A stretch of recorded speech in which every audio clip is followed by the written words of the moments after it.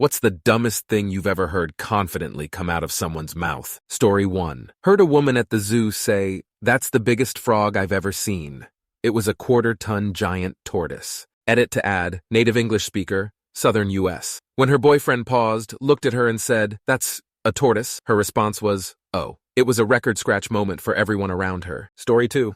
Grew up next to this family that was super rich. My car broke down and the daughter, 17, heard me say that I didn't have $7,000 to fix it. Why don't you just go to the bank? A lifetime of watching daddy to go withdraw thousands of dollars on a whim. Must be nice. Story 3. I was a grocery cashier in a college town. Early in a semester, I noticed a wave of sorority girls buying huge containers of bulk honey. I finally asked, "So what are y'all doing with all this honey?" The answer was, "OMG, it's the best. I've never even heard of low-cal honey." It wasn't low-cal, it was local. They all gained a bit of weight before realizing their mistake. Story 4. Right around the time ATM cards were invented, they put a machine in my local grocery store. This one evening, they had 2 people from Beaufait put a table out in front of the store so people could sign up for new accounts. Of course, I already had one. I went in the store, but when I put my card in the machine, it took it and then said, "Insert card." Nothing I did could get it back out. So I go back outside the store, go to their little table, and I told them, "Hey, the machine inside just ate my card." One of them gets up, looks right at me, and says firmly, "That didn't happen." So I'm telling him, "This isn't a rumor or something. Your machine just ate my card 2 minutes ago and I need groceries." He just keeps repeating that it didn't happen.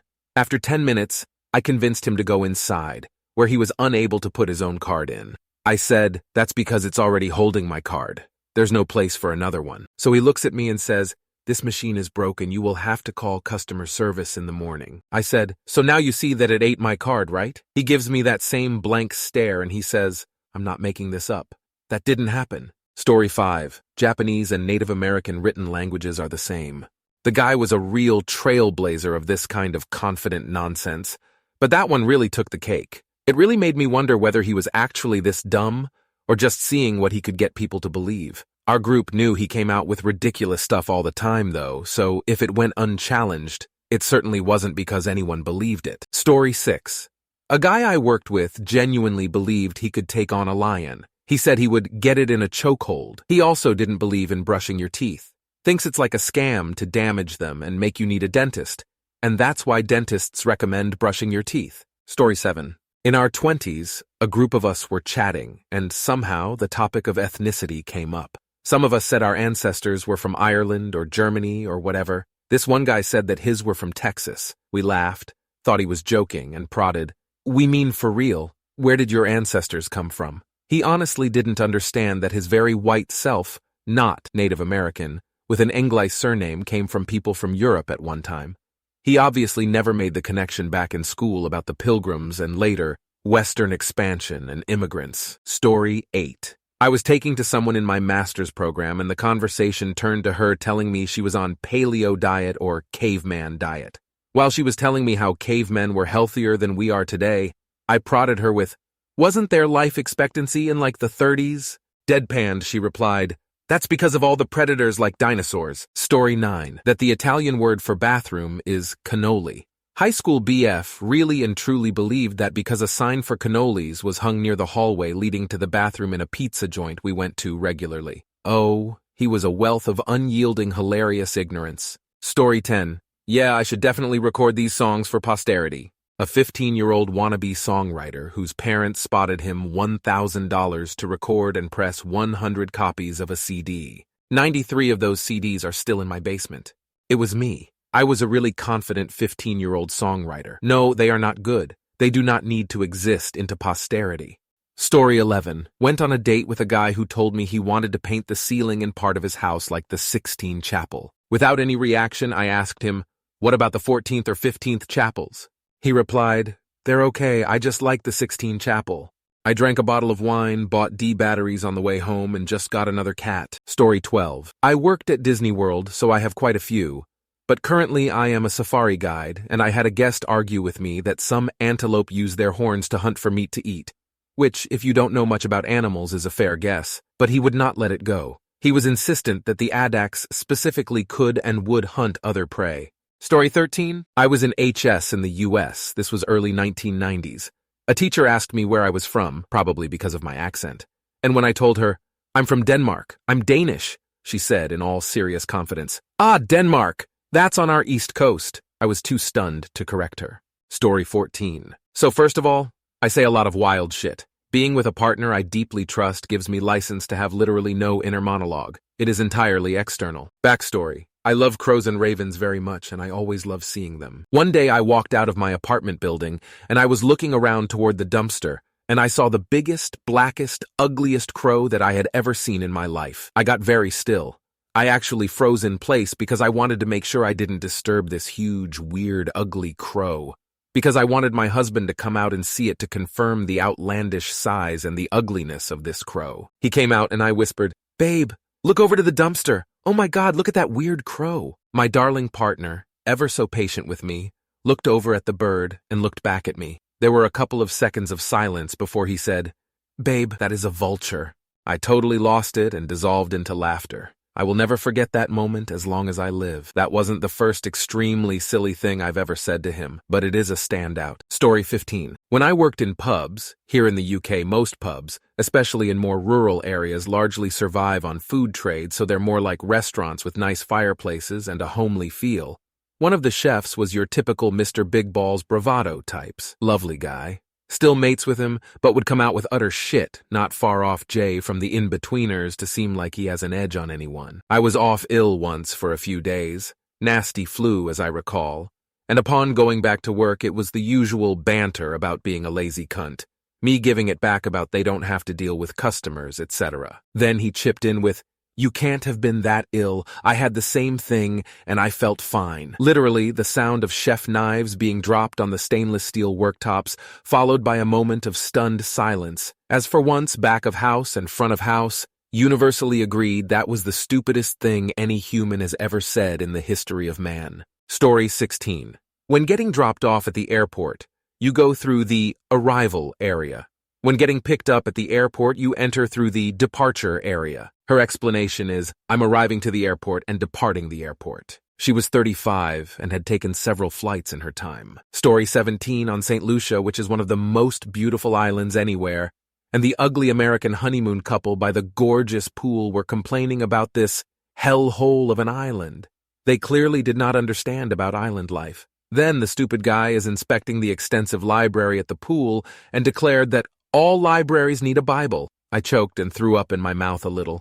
Pretty soon the guy was trying to catch the geckos instead of realizing that they keep the mosquitoes down, so I told him they bite. They do not. Story 18. In my high school science class, a student said if two parents had tattoos, their child would be born with those same markings too. She also said if one parent had a limb amputated, then their child wouldn't be born with that limb either. She sat ahead of me, and I remember to this day she wore her thong the wrong way and sideways when whale tails were trendy. I could never take her seriously. Story 19. Human biology teacher back in the 70s told me that either me or one of my siblings was adopted because it's impossible for me to be blue-eyed brunette, another one be brown-eyed blonde, and another to be hazel-eyed ginger. Apart from being incredibly bloody rude, she was also incredibly stupid. I asked if she'd heard of genetics before going to the headmaster to complain. My mother had a field day with that one. Story 20.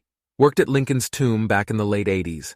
One of my jobs was doing group tours. I take this one group through. The tour starts and ends in a giant marble rotunda with a gold leaf ceiling. Marble throughout.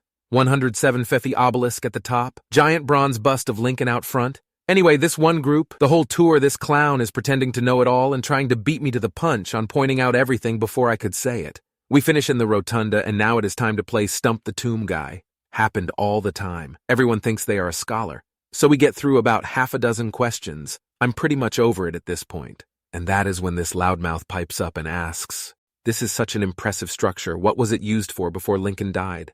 I just gave a blank stare and then said, "I'm sorry, what?" He repeated the question again, louder, and put his hands on his hips, waiting for an answer. I know what I should have said. I knew the exact dates it was built, but I wanted everyone to realize just how stupid this man was for asking such a question. So, I said the most absurd thing I could think of. "I have never been asked that question before. I guess I can let you all in on a secret. The truth is, the tomb was built nearly 500 years ago by Plains Indians who knew a great man would be coming. All we did was add the statues. I fully expected everyone to laugh at him for asking such a stupid question. What I got instead was a lot of wow and oh my god, that's crazy. So yeah, the stupidest thing I ever heard anyone say with great confidence was said by me. I said it. In my defense, I was responding to the other stupidest thing I had ever heard someone say. Story 21. I had a coworker, U.S., who spent a couple of years in Finland doing missionary work. Another coworker was making conversation and asked how cold it was and followed up with, "Isn't it partially in the Arctic Circle?" The guy responded that it could be cold, but it's actually at a lower elevation than the Arctic Circle. Other guy just said, "Oh, okay." Edited to share another experience with this same coworker. I was the case manager over a group of kids with behavioral problems. We took them to a park one day and another family with a girl was there. The girl was probably around 6, had very short hair, and was wearing a sundress. When we left, my coworker asked, "Did you see the little boy in a dress?" I told him that based on the name the child went by and some things they said to our kids, I was quite positive they were a girl. He responded, "But they had such short hair." Story 22. At work one day a few years ago, several of us were talking about MOXIE, an oxygen generator NASA made that's designed to convert carbon dioxide, which makes up most of the Martian atmosphere, into breathable oxygen. Most of us were of the opinion that it was pretty cool. One coworker, though, just said, "Well, that's stupid. Instead of making oxygen, we need to train our astronauts to breathe the air on Mars." This same coworker also once asked if there were any gas stations in New York City. When asked why she thought there might not be, she said, "No one drives in New York. Everyone just takes taxis everywhere." Story 23. My friend about to go to the shower. "I'm gonna go take a shower." Our other friend, "Don't get wet." We were staying in our old youth pastor's church in the basement, and the hallway to the bathroom was a little flooded from a leaky pipe. If you walked through the hall to get to the bathroom in the middle of the night without shoes, your socks would get soaked and the bottom of your pajama pants. Of course, we had to give the guy who said, "Don't get wet," a hard time. Someone about to leave. Don't get wet. New youth group members were very confused when being told not to get wet on their way home or when they went to collect their younger brother-sister from their class. Story 24. Look, having nuclear, my uncle was a great professor and scientist and engineer. Dr. John Trump at MIT. Good genes, very good genes. Okay, very smart. The Wharton School of Finance, very good, very smart. You know, if you're a conservative Republican, if I were a liberal, if I ran as a liberal Democrat, they would say I'm one of the smartest people anywhere in the world. It's true. But when you're a conservative Republican, they try, do they do a number? That's why I always start off. Went to Wharton, was a good student, went there, did this, built a fortune. You know, I have to give my light credentials all the time because we're a little disadvantaged. But you look at the nuclear deal, the thing that really bothers me, it would have been so easy. And it's not as important as these lives are. Nuclear is so powerful. My uncle explained that to me many, many years ago. The power, and that was 35 years ago. He would explain the power of what's going to happen, and he was right. Who would have thought? But when you look at what's going on with the 4 prisoners, now it used to be 3, now it's 4. But when it was 3, and even now, I would have said it's all in the messenger, fellas. And it is fellas because, they don't. They haven't figured that the women are smarter right now than the men. So, it's going to take them about another 150 years. But the Persians are great negotiators. The Iranians are great negotiators. And they just killed us. This is horrible. Story 25. In 8th grade, we were doing a walk-through tour of the sister high school the majority of students would be attending the next year. We walked into the woodshop. Sawdust all over the place, a big bundle of 2x4 on one side of the room, plenty of table saws plainly visible. This girl in my class says, "It smells like wood in here." I still remember that 20 years later. Story 26. Ran a machine shop for a while back in my late 20s, early 30s a few years back. Had this new girl start and was showing her how to run the machine. Tool came flying out and smoked my knee. She asked if I was okay, and I told her I was fine since I lost that leg in Nam. She 100% believed me. Told her I was kidding and have never been to Vietnam. With the look of complete surprise, she said she didn't know it was a country and was just a war. Story 27 30-year-old college-educated woman asked me how long are women pregnant for.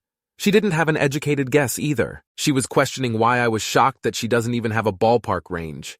How TF are you a woman in the US that has no clue about how long you'll have a baby inside of you for if you become pregnant?